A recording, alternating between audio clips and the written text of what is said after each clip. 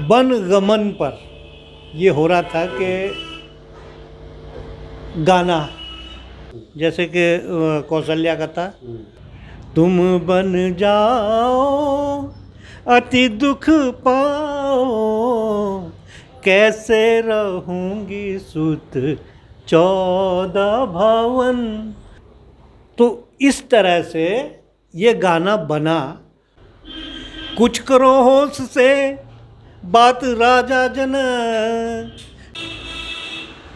नमस्कार, मैं हूं बद्री नौटियाल और जैसा मैंने आपसे वादा किया था कि मैं रामलीलाओं को लेकर एक सीरीज़ चलाऊंगा और उसमें तमाम ऐसे कलाकारों को आपसे रूबरू करवाऊंगा जिन लोगों ने रामलीला को स्थापित किया, और कुछ ऐसे लोगों को आपसे मिलाऊंगा जो आज के दौर में रामलीलाओं का मंचन कर रहे हैं।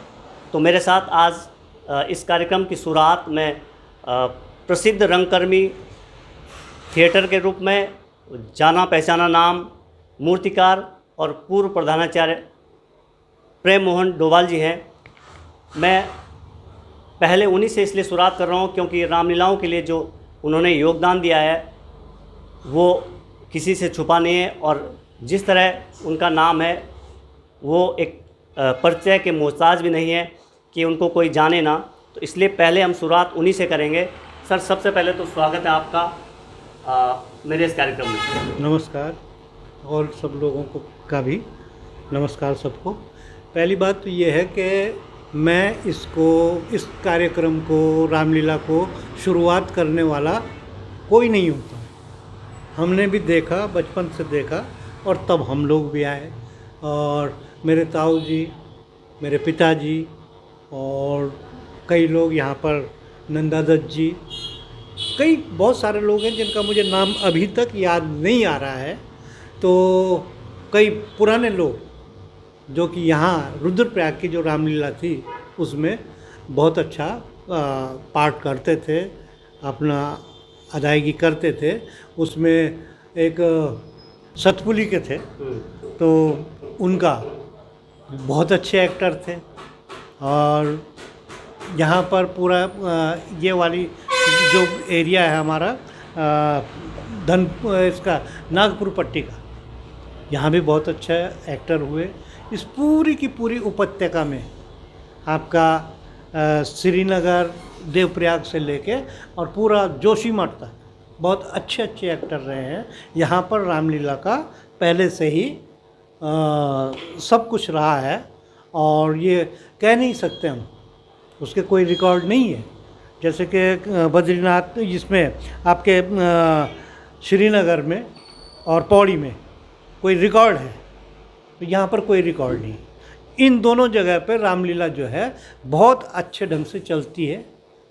यहाँ पर इतना अच्छे ढंग से उसका जैसे कि रामलीला का एक ख़ास स्टेज होना, वो अपने आप में बात है। पौड़ी में वो अपने आप में बात है। लेकिन रुद्रप्रयाग वगैरह इन जगह पे जो गलियारे थे, उन गलियारों में रामलीला वगैरह होती थी, ये पहले था। और इसके अलावा, और जब रुद्रप्रयाग में रामलीला शुरू हुई थी तो उसमें जो गैस बत्ती, तो गैस बत्ती का जब सुनने में आया कि ये यहाँ पर लाई गई, तो थे यहाँ पर व्यापारी, आपके काला जी थे, डोभाल लोग थे, खन्ना लोग थे, चौधरी लोग थे। ये सबकी अच्छी वो थी, यहाँ पर दुकानदारी ठीक ठाक चलती थी। तो माल वगैरह ये लाते थे, तो सब के सब जो है दो पेट्रोमैक्स वो लेके आए। तो जब यहाँ पर पता चला पूरे गांव में कि अब के रामलीला पेट्रोमैक्स में हो, क्योंकि उन्होंने वो दौर नहीं देखा था पेट्रोमैक्स का, तो उन लोगों ने कैसे रामलीला देखी? छिल्ले पे देखी। पूरा लकड़ी उसकी चीड़ की पुलाई काट के, उसकी दौली निकाल के उससे, और तब रामलीला चलाई जाती थी। रामलीलाओं का जो दौर रहा, उस दौर और इस दौर में, हालांकि आप जो बता रहे हैं करीब 150 साल का जो फासला रहा है, उस दौर में इस दौर में रामलीलाओं में आप क्या अंतर देखते हैं? हाँ, ये उसके हमारे टाइम पे जब हमने शुरू किया तो तब लाइट आ गई थी। 64 में रुद्रप्रयाग में लाइट हो गई थी और हमारे टाइम पे लाइट आ गई थी। और उससे पहले मैंने रामलीला देखी तो उसमें यही था कि सारे के सारे जो है उस पर पेट्रोमैक्स पे रामलीला चलती थी। तो रामलीला में ये भी एक चीज़ देखने को मिलती थी, जैसे कि पंचलाइट एक नाटक, पंचलाइट एक कहानी थी इनकी, फणीश्वर नाथ रेणु की। तो वो सारे के सारे लोग, उनमें वो चीज़ें दिखती थी जो वहाँ के हीरो में दिखती थी, वो सब इनमें दिखती थी कि कौन लाइट को सही करेगा, कौन क्या करेगा। तो ये पहले से था। उसके बाद साहब, संसाधनों की तब बहुत ज़्यादा कमी रही थी। आज जिस तरह से रामलीलाओं का मंचन होता है, तमाम सारे इंस्ट्रूमेंट ऐसे हैं जो साउंड को बहुत अच्छा करते हैं।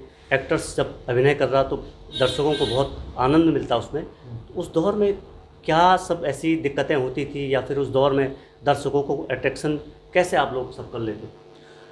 बीच में हमारे दौर में रामलीला का जो साज है वो, उसमें परेशानियां हुई। लेकिन इससे पहले वाला हारमोनियम, तबला, ढोलक और इनके साथ साथ सारंगी भी बजाई जाती थी इसी रामलीला। सारंगी निगार भी थे। तो बहुत अच्छा उन लोगों का। और बाद में धीरे धीरे धीरे धीरे वो चीज़ें ख़त्म हुई। और यहाँ पर एक महिला थी, हम अपनी माँ से सुना है मैंने कि एक माता जी थी, शायद जोगन थी, और उनका नाम, और नाम तो पता नहीं क्या था, लेकिन फतरी फतरी उनका नाम था। तो वो जो थी मेकअप वुमेन ये कहना चाहिए। तो मेकअप का काम वो करती थी, बहुत अच्छे ढंग से सजाना। उसके बाद यहाँ पर यहीं रामलीला में जो उसके पुजारी भी थे हनुमान मंदिर के, सुरेशानंद थपलियाल, वो जो थे पूरा, और बिल्कुल बड़े उससे टाइम से आ जाना, सब लोगों को मेकअप वगैरह करना। फिर कुछ लोग और भी ऐसे आए यहाँ पर जो मैंने सामने देखे हैं, ये नए लड़कों में मेहता, नीरज मेहता, और नीरज मेहता के साथ साथ सुरेश काला, ये भी बड़ा अच्छा मेकअप करते थे। ये मुझे याद है, और भी करते होंगे, और अपना मेकअप मैं स्वयं करता था। तो ये सब चीज़ें थी। जैसे रामलीला में ये वाली बातें हैं कि संसाधन, तो संसाधन में ये था कि यहाँ की स्थिति इतनी ठीक ठाक थी, और रामलीला के लिए लोग देते थे चंदा, पहले से भी, आज भी देते हैं। तो इनके कपड़े वगैरह दिल्ली में या आपके इसमें हरिद्वार में मिल जाते हैं। जैसे आप अभी कुछ बता रहे थे कि जैसे साउंड सिस्टम को कई बार अरेंज करना पड़ता, तो किस तरह? हाँ, साउंड सिस्टम मैंने जो पहली रामलीला की वो उसमें साउंड नहीं था, उसमें अपनी ही आवाज़ से करना पड़ता था और बहुत लाउड होकर बोलना पड़ता था। और उसके बाद लोग भी कम थे, और बाकी कोई इतना ज़्यादा कोई प्रॉब्लम नहीं थी कि किसी का टीवी चल रहा, किसी का कुछ चल रहा, किसी का, एकदम सन्नाटा रहता था। और उस सन्नाटे में दूर तक आवाज़ चली जाती थी। और बाद में तो इधर कुछ हो रहा, इधर कुछ हो रहा, सब अपने अपने उसके हैं। तो अब साउंड की ज़रूरत ज़्यादा है। तो यहाँ पर साउंड जब पहले पहले आया तो आर्मी में उनके अपना प्रोग्राम वगैरह होता था, तो वहाँ से भी हम अरेंज कर लेते थे, साउंड मिल जाते थे। और आज तो हर स्कूल में, सब में जो है साउंड सिस्टम है, ऐसा कुछ नहीं। सर जो रामलीला की शुरुआत आपने की, कहाँ से आपने ये शुरुआत की, कौन सा अभिनय आपने शुरू किया और कहाँ तक इसका जो अंत रहा वो कहाँ तक गया? हाँ, रामलीला में जिसकी भी शुरुआत हुई वो बंदर बन के हुई, क्योंकि उसमें बोलना बालना नहीं पड़ता था और छोटे छोटे बच्चे बंदर बनते थे और कुछ महिलाएं जो थी उन बंदर को भी प्रणाम करती थी, अच्छा लगता था उनका। और उसके बाद जैसे वो स्टेज पे आए गए, देखा उनका इतने सर दिख रहे हैं और उनका थोड़ा सा हौसला बुलंद हुआ, कॉन्फिडेंस बढ़ाने के लिए। कॉन्फिडेंस बढ़ा और उसको बढ़ने के लिए फिर धीरे धीरे उन्होंने तलवार और गदा और ये धनुष बाण उठा के और वो लड़ाई करने वाला, तो ज़्यादातर उसमें राक्षस उसमें था। फिर जिन लोगों का खूबसूरत थे, हाइट अच्छी थी, गला ठीक था, तो उनको जो है इधर कर लिया जाता था, बाकी राक्षस के राक्षस ही रहेंगे, ये था पहले। तो हमारा भी वही हुआ, बंदर से शुरुआत। बंदर से शुरुआत हुई। फिर कुछ नयापन भी करने की एक ललक होती थी, तो स्पेशल कोई राक्षस बन जाना और अपना थोड़ा सा चल फिर लेना, तो लोगों का आकर्षण बढ़ता था उस पर, ऐसा कुछ होता था। तो धीरे धीरे फिर बाद में ये हुआ कि आज वो राक्षस वो नहीं बना, तो ढूंढ भी होने लगी थी। तो रुद्रप्रयाग में एक चीज़ और होती थी कि यहाँ 2 ग्रुप हो जाते थे, एक रावण वाला और एक राम वाला। तो जो रावण का ग्रुप था वो राम वालों का कोई भी कहना नहीं मानता था, दिन में भी नहीं। जब रामलीला हो रही तब तो हुआ, लेकिन दिन में भी आप जो है उससे कोई काम करवा लो, चाहे उसका चाचा है, भतीजा, वो मामा फूफू जो है, तो नहीं करवा पाते थे कि तुम तो राक्षस नहीं। और राम करवाना है तो वो बंदरों से करवाओ, और रावण का करना है तो वो राक्षस ही करेंगे। तो ऐसा हो जाता था और फिर रामलीला ख़त्म हुई, उसके बाद फिर भूल जाते थे सब, ये सारी चीज़ें भी होती थी। जो आपसी प्रेम होता था उस दौर में, वो बहुत ज़्यादा मतलब आपसी जो मिलन से, क्योंकि रामलीला युवाओं का एक सामूहिक प्रयास होता है, उसी से ही ये सब संभव हो पाता है, क्योंकि बहुत सारी व्यवस्थाएं करनी पड़ती है, रात का ये आयोजन होता है। तो उस समय के जो उस समय का जो दौर था, उसमें आपको क्या लगता है आज और उसमें क्या कितना अंतर आप देखते हैं? ऐसा है, कुछ लोग तो पूरा प्रयास करते हैं और जो बाहर से भी हैं वो भक्ति भावना से भी प्रयास करते हैं। कुछ लोग का ऐसा है कि वो कोई भी काम हो रहा है उसमें अपनी आहुति देने वाली बात होती है कि वो कुछ चंदा दे दें या कुछ अपना जैसे कि कपड़ा वगैरह ये कुछ दे दें, ये भी होता था। हारमोनियम वगैरह ये चीज़ें दे देते थे लोग। लेकिन कुछ लोग ऐसे भी होते थे जो कि रामलीला को बिगाड़ने का ही काम करते थे। वो दारू वारू पी के और घबला घुबला करने का काम भी वो करते ही करते थे। तो अब उनकी संख्या कम हो गई है, अब ऐसा नहीं है।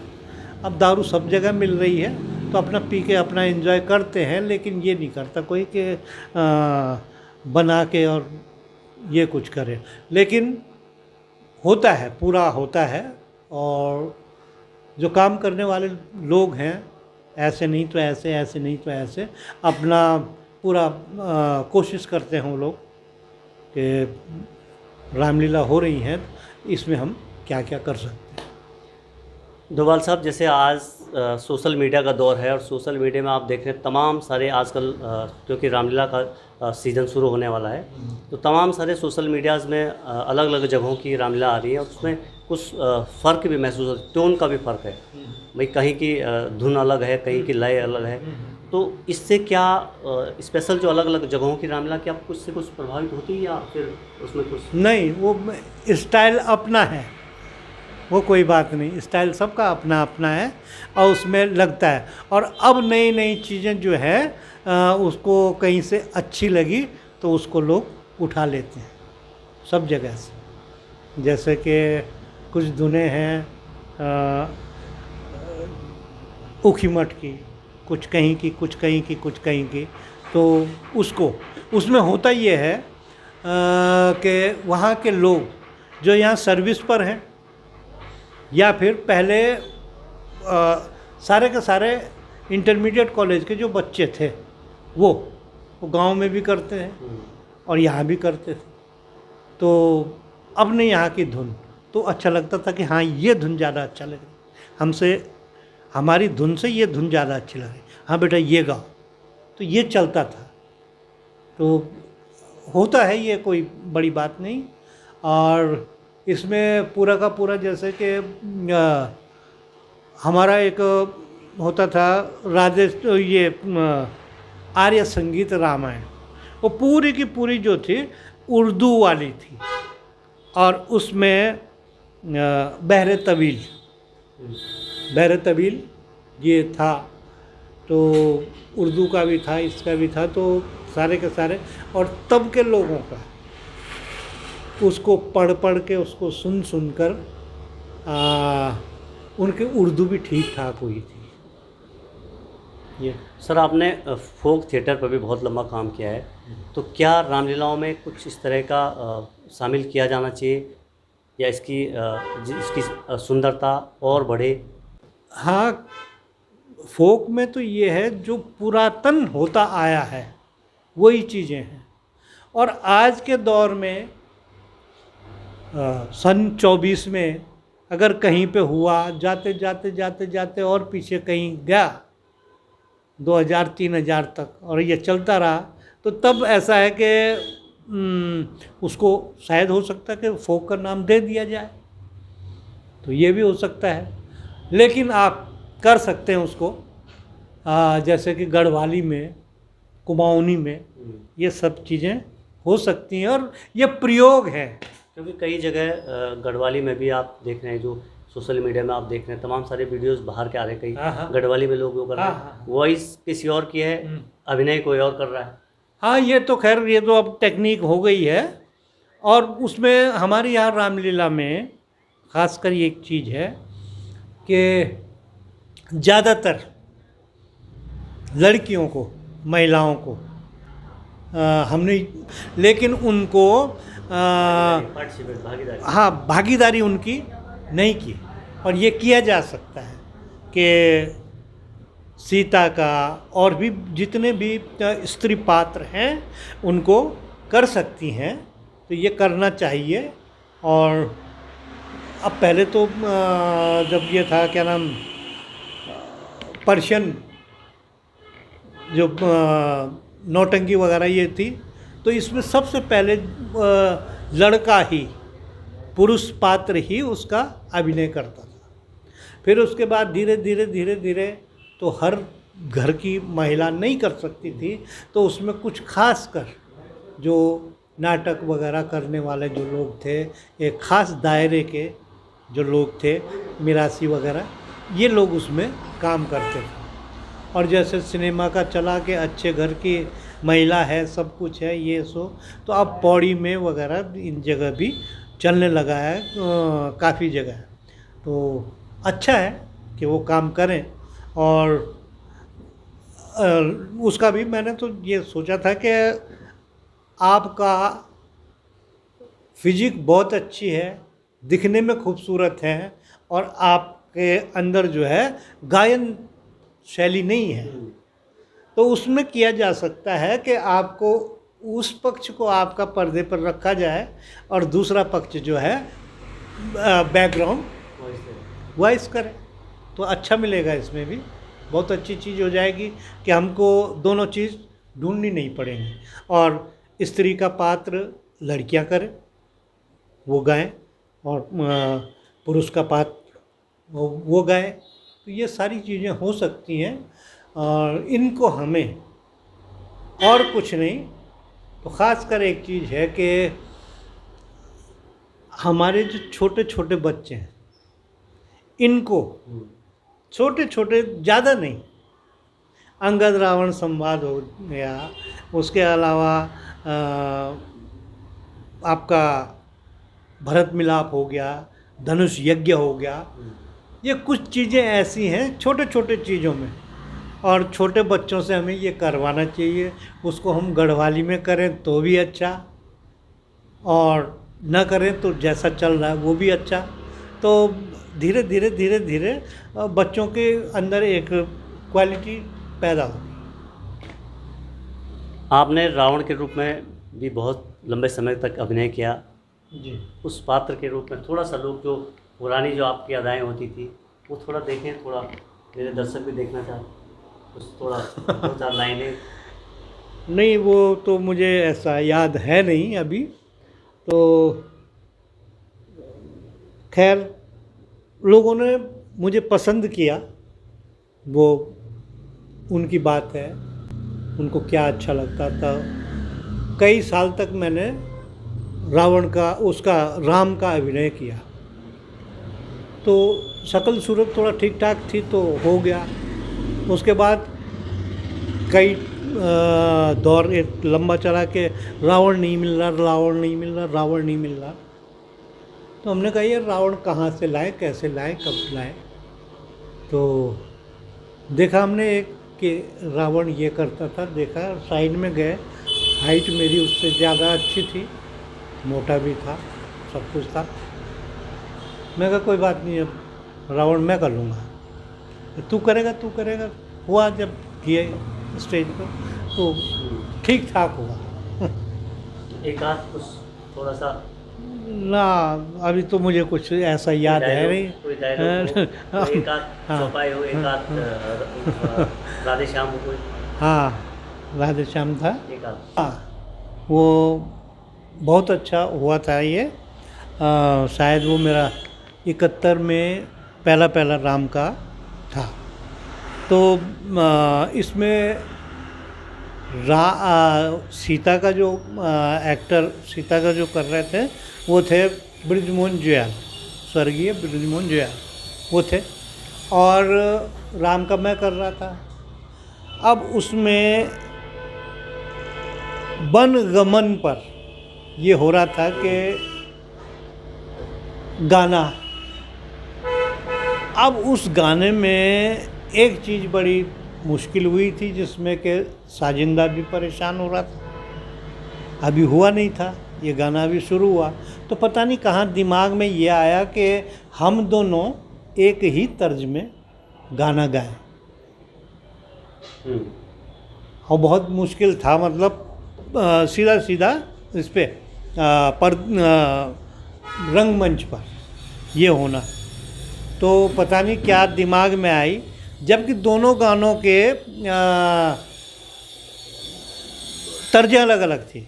जैसे कि कौशल्या का था, रघुबर प्यारे मोरे ललन तुम बन जाओ अति दुख पाओ कैसे रहूंगी सुत 14 भवन। अब देखा इसी गाने में वही चीज़ें चल रही हैं, तो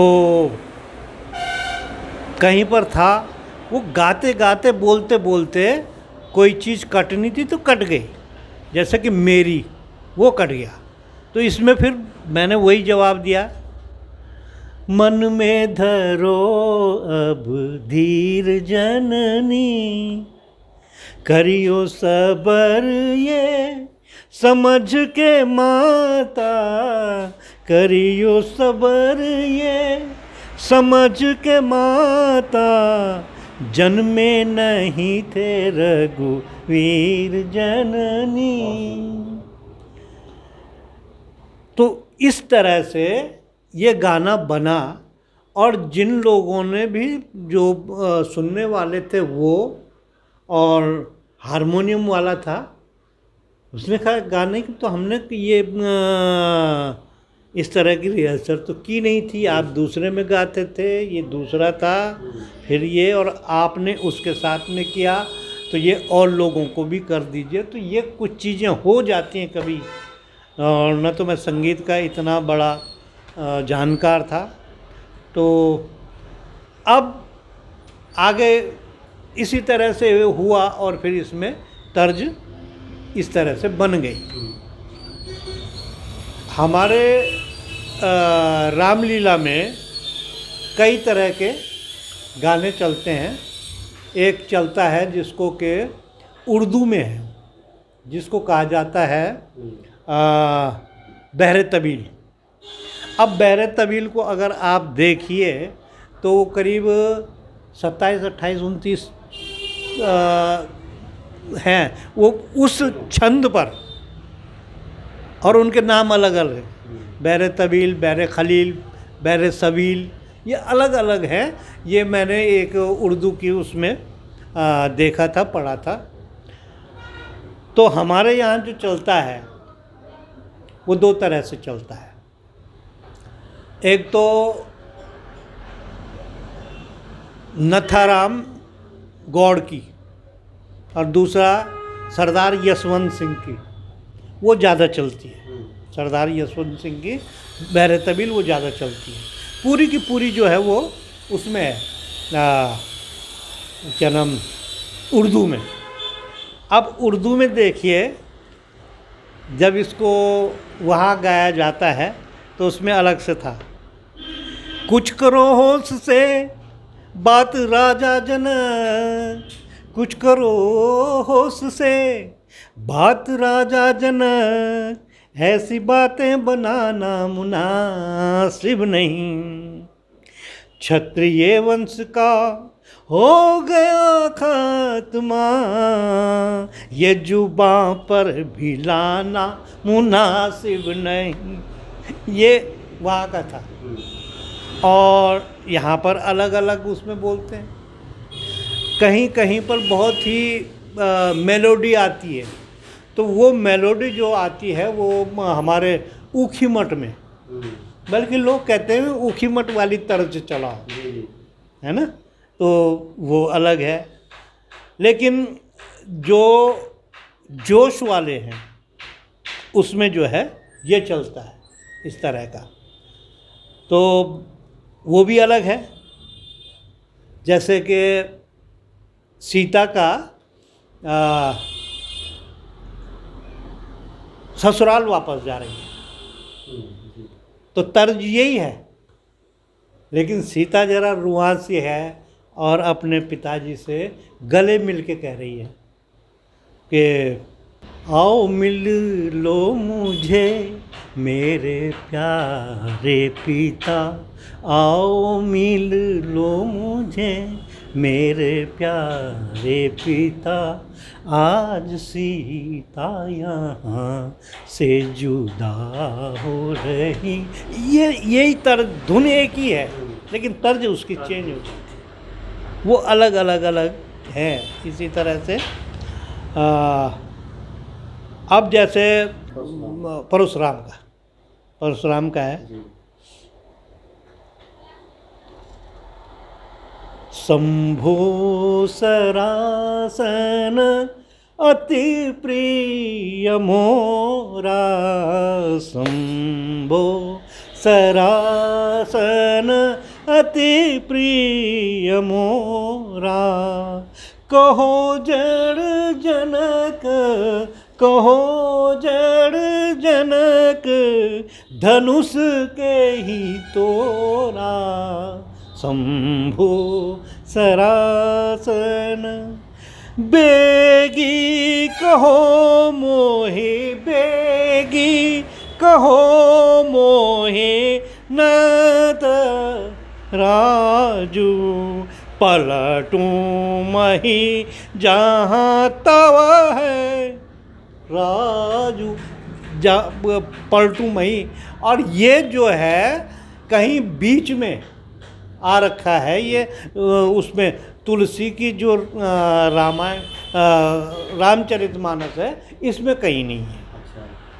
एक दूसरी चलती है जिसमें राधे श्याम में है, बता जल्दी जनक राजा इतनी भीड़ कैसी है, बता जल्दी जनक राजा इतनी भीड़ कैसी है। विभिन्न देशों के राजागण हैं आए आज सज धज कर। विभिन्न देशों के राजा गण हैं आए आज सज धज कर। कहो ये कैसा उत्सव है, कहो ये कैसा उत्सव है, ये कैसी राज परिषद है। इस तरह से उसके बाद सवाल आता है कई जगह कि रामलीला क्यों या कोई भी नाटक क्यों। तो ये हमने भी पढ़ा था। तो उसमें है, ये मैं नोट करके लाया हूँ अभी। दुखार्ता नाम,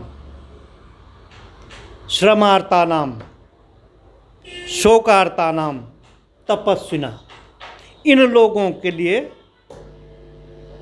ज़रूरत है। दुखार्ता नाम, किसी तरह से भी दुख हो, पैसे का नुकसान हो गया, कोई भी हो गया। श्रमार्ता नाम, श्रमिक काम करते करते थक गया, उसके बाद घर में कोई शोक है। और तपस्वी नाम, जो इसको जानने वाले लोग हैं उनके लिए। विश्राम जननम लोके तदमेतद नाट्य में तद भविष्यति, उनके लिए नाटक की ज़रूरत है। ये एक इसी तरह से रावण का और संवाद है राधे श्याम में। वो इसी तरह से है कि बार बार कहता है कि तुम्हारे पिताजी से मेरी मित्रता थी, ये था वो था। और उसकी बुद्धिमत्ता को देखते हुए रावण कहता है उसे। किसके साथ है संवाद? ये उस अंगद के साथ जी। क्या गरज पड़ी है सागर को, वो किसी ताल से मेल करे। ये कब संभव है, क्या गरज पड़ी है सागर को, वो किसी ताल से मेल करे। ये कब संभव है दीवानाथ, दीपक से जाकर खेल करे। अपना घमंड इतना ज़्यादा है तो ये चीज़ें रखनी पड़ती हैं। लंका के वीरों रणधीरो, बोलो क्या राय तुम्हारी है। सब लोग तो अच्छी राय दे रहे हैं। माल्यवान ने भी कहा कि सीता को वापस कर लो, मान लो कहना। और उसने मंदोदरी ने भी कहा कि वापस कर लो, संधि कर लो, हो जाएगा। लंका के वीरों रणधीरो, बोलो क्या राय तुम्हारी है। बैरी सागर के पार खड़ा, करता युद्ध की तैयारी है। तो यही सब चलता है। तो जो रामलीलाओं में जो आज के दौर में देख रहे हैं आप, तमाम सारे युवा हैं, सीखने की जिज्ञासा जो होनी चाहिए भाई। रामलीला ऐसी है कि रुद्रप्रयाग की रामलीला और में जो आज देख रहे हैं हम, तमाम जगहों पर रामलीला हो रही है। आज इस छोटे से शहर की बात करते हैं तो 5-6 जगहों पर रामलीला यहाँ पर होती है। उस दौर में एक ही जगह पे शायद 1 या 2 जगह पर रामलीला होती थी। एक ही जगह। तो उसमें एक्टरों की भागीदारी कैसे सुनिश्चित की जा सकती थी? जैसे कोई दूर का या कहाँ के लोग शामिल होते थे उस रामलीला में? उसका सीधा ये है कि कुछ जगहों पर रामलीला जो थी वो इसमें आपके दशहरे में होती थी। अब दशहरों में रामलीला होने का जो प्रचलन है वो पौड़ी में और श्रीनगर में है, कोटद्वार में भी होगा, ऐसे कई जगहों पर है। लेकिन हमारे यहाँ और जगह ये था कि सब के सब लोग तो उस शहर वाले इलाके में देखने जा रहे हैं, हमारे यहाँ कौन आएगा, इस वजह से भी था। तो वो लोग वहाँ नहीं जाते थे। तो हमारे यहाँ गर्मियों में भी रामलीला होती थी, जहाँ ज़्यादा ठंड था तो ऐसी जगहों पर रामलीला जो थी जाड़ों में भी होती थी। फिर कुछ लोग ऐसे थे कि बाहर ड्यूटी करते हैं, जैसे फ़ौज में जा रहे हैं, तो फ़ौज में है तो उनका ये निश्चित था कि इस दौरान हमें रामलीला करनी है, तो वहाँ आ जाते थे। तो एक तो ये, तो रामलीला का टाइम जो था वो अलग अलग होता रहता था। तो यहाँ पर रुद्रप्रयाग में भी रामलीला बाद में होती थी। क्यों? कि उसका कारण ये होता था कि दिल्ली सामान वामान लेने के लिए यहाँ के लोग जाते थे, और वो जो सामान लेने जाते थे ज़्यादातर एक्टर वही होते थे। वैसे ही इसमें है आपके देवप्रयाग में भी बहुत अच्छे कलाकार हैं, बड़े पक्के राग गाने वाले भी।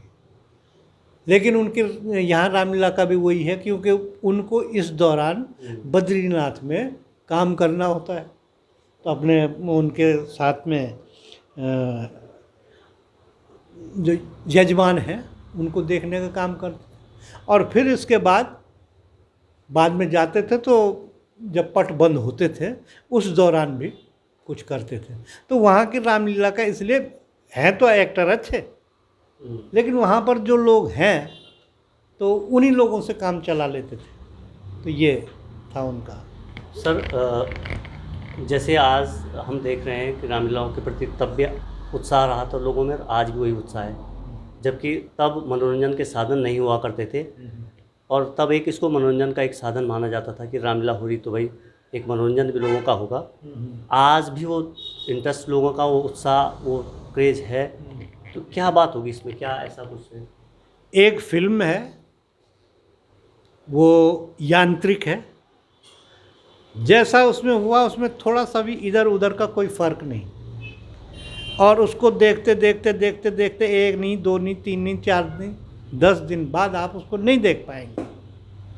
लेकिन रामलीला अपने आप में, रामलीला या कोई भी नाटक, इसमें महाराष्ट्र के जो नाटक होते हैं तो महाराष्ट्र वाले लोग कहते हैं उसे हम प्रयोग कर रहे हैं। वो ये नहीं कहते कि हम शो कर रहे हैं, हम प्रयोग कर रहे हैं।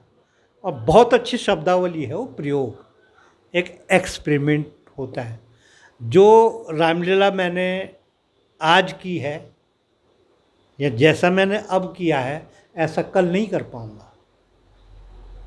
उससे घटिया करूँगा या उससे बहुत अच्छा करूँगा।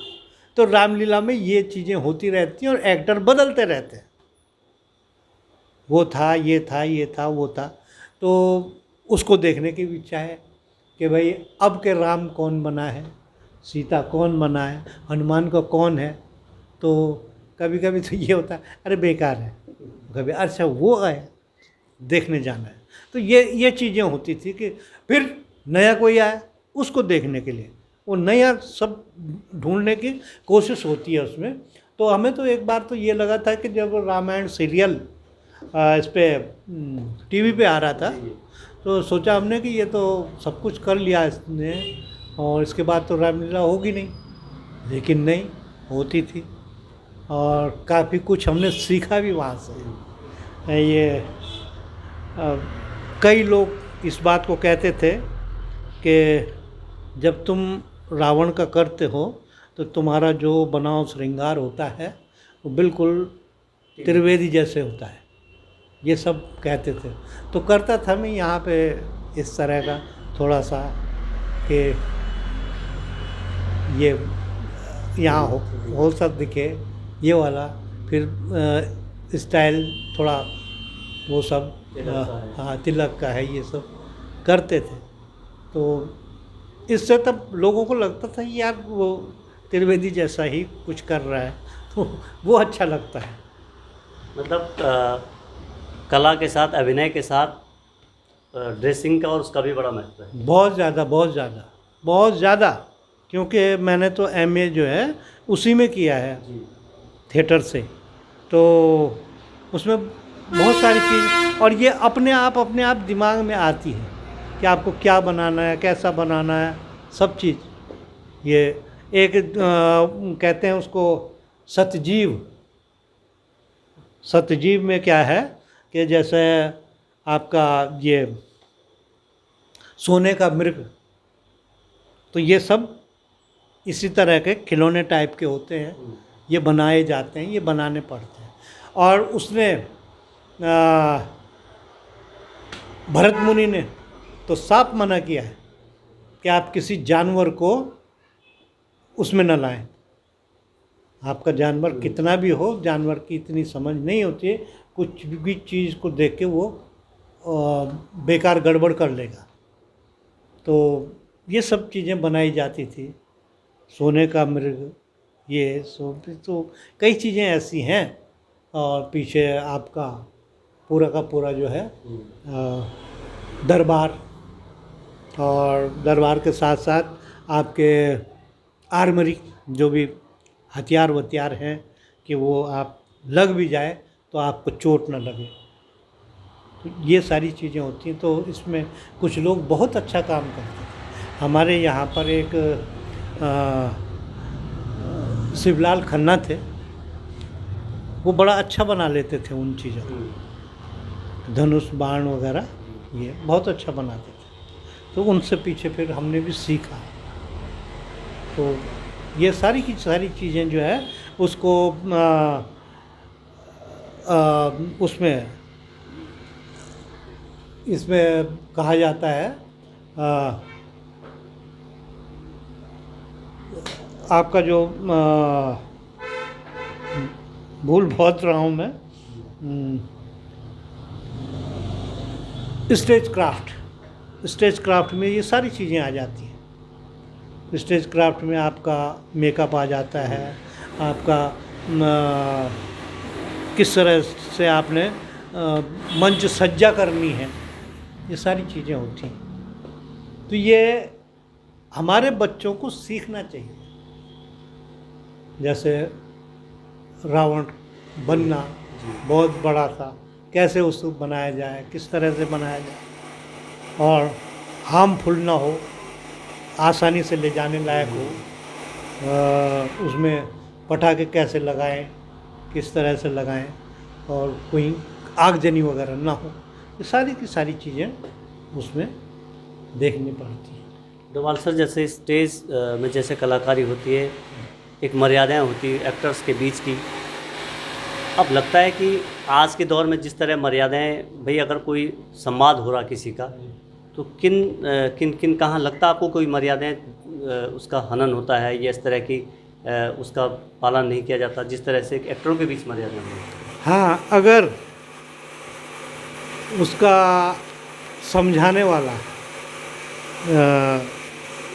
जो निर्देशक है वो समझदार है, या कलाकार के अंदर अपनी आप समझ है, तो वहाँ पर अच्छा लगता है। और कलाकारी उसी को कहते हैं जो कि उसी चीज़ में रम जाए, वो ज़्यादा कलाकारी वो है। फालतू की बात ना करे, ये कई चीज़ें। और जब एक्टिंग के बारे में समझाया जाता है तो उसमें कई चीज़ें हैं कि आपके ब्लॉकिंग, आप कहाँ पर खड़े रहेंगे, आप जो है अपने सह कलाकार को कवर न कर दें, उसका स्थान, उसकी जगह है वो वहाँ रहेगा। राजा का स्थान कहाँ है, उसके नौकर का स्थान कहाँ है, आपके इसका सिपाही का कहाँ है, राजकुमार का कहाँ है, रानी का कहाँ है। ये सारी इसकी एक पूरी की पूरी वर्कशॉप में एक चीज़ चलती है कि किसका स्थान कहाँ पर, तो वो ये जाने, ये समझे, कि मुझे कहाँ तक रहना है और मूक बना हुआ न रहे। अगर कोई वो चल रहा है हास्य का है तो वो मूर्धनी सी शक्ल बना के न रहे, उसका मज़ा ले, या उस पर अगर कटाक्ष किया जा रहा है तो वो झुंझलाए, नाराज़ हो, इस तरह से ये करना पड़ता है। और उसमें पूरा का पूरा फिर एक्टिंग है, वो काफ़ी लंबा है प्रोसीजर उसका। तो ये थे हमारे साथ प्रेम मोहन डोभाल जी। 1970 के दौर से इन्होंने रामलीला में अपना अभिनय दिया, विभिन्न किरदार निभाए और लंबे समय तक रामलीलाओं में योगदान दिया। ऐसे ही किसी और कलाकार से हम आपकी मुलाकात कराएंगे, जानेंगे कि क्या क्या रामलीलाओं की बेहतरी के लिए क्या प्रयास किए जाने चाहिए और वर्तमान में क्या सब किया जा रहा है, कितना बदलाव इसमें हुआ है और क्या इसके सुधार की आवश्यकता है। इन तमाम विषयों पर भी हम किसी और कलाकार से बात करेंगे। सर, समय देने के लिए बहुत बहुत धन्यवाद।